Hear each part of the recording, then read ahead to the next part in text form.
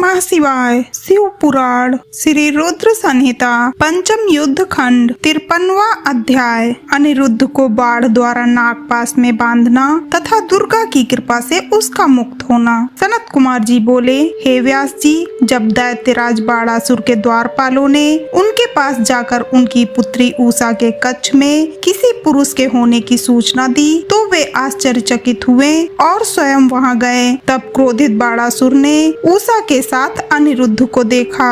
अनिरुद्ध बहुत सुंदर और बलशाली युवक था। क्रोधित बाणासुर ने अपने सैनिकों को अनिरुद्ध को मारने की आज्ञा दी। जैसे ही बाणासुर के उन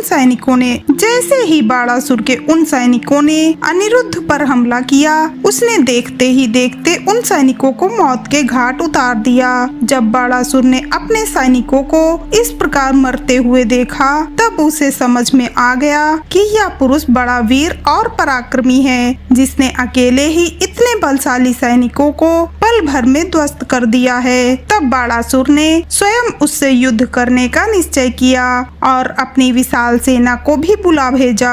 फिर क्या था, अनिरुद्ध और बाणासुर के बीच बड़ा भयानक युद्ध होने लगा। तब वीर अनिरुद्ध ने दैत्यराज बाणासुर को निशाना बनाकर एक दिव्य शक्ति छोड़ी, जिससे बाणासुर को भयानक चोट पहुंची। चोट खाकर उसे समझ आ गया कि इस महाबली और पराक्रमी मनुष्य को सीधे सीधे युद्ध द्वारा हराना असंभव है। यह सोचकर बाणासुर ने अपनी राक्षसी माया का सहारा लिया और उसी क्षण वहां से अंतर्ध्यान हो गया। एकदम अचानक से जब दैत्यराज सामने से गायब हो गया तो अनिरुद्ध को बहुत आश्चर्य हुआ।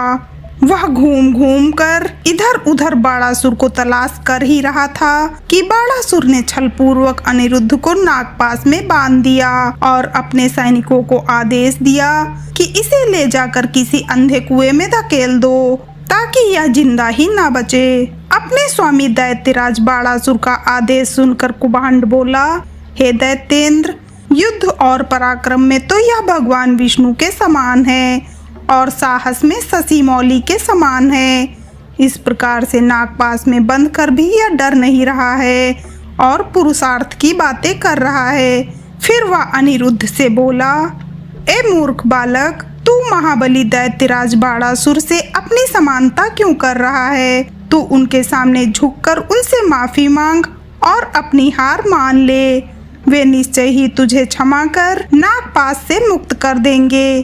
दैत्यराज बाणासुर के उस सेवक के वचनों को सुनकर अनिरुद्ध क्रोधित होकर बोला, ओ दुराचारी निशाचर, शायद तुझे क्षत्रिय धर्म के बारे में कुछ पता नहीं है। सूरवीर के लिए युद्ध में पीठ दिखाना मरने से भी बढ़कर है। मैं इस अधर्मी से माफी मांगने से अच्छा युद्ध में लड़ते हुए प्राण त्यागना पसंद करूंगा, परंतु इस अभिमानी के आगे बिल्कुल नहीं झुकूंगा। यह सुनकर दैत्येंद्र बाणासुर का क्रोध 7वें आसमान पर जा चढ़ा। इससे पूर्व कि वह कुछ करता, आकाशवाणी हुई, बाणासुर, तुम भगवान शिव के परम भक्त और महाराज बलि के पुत्र हो।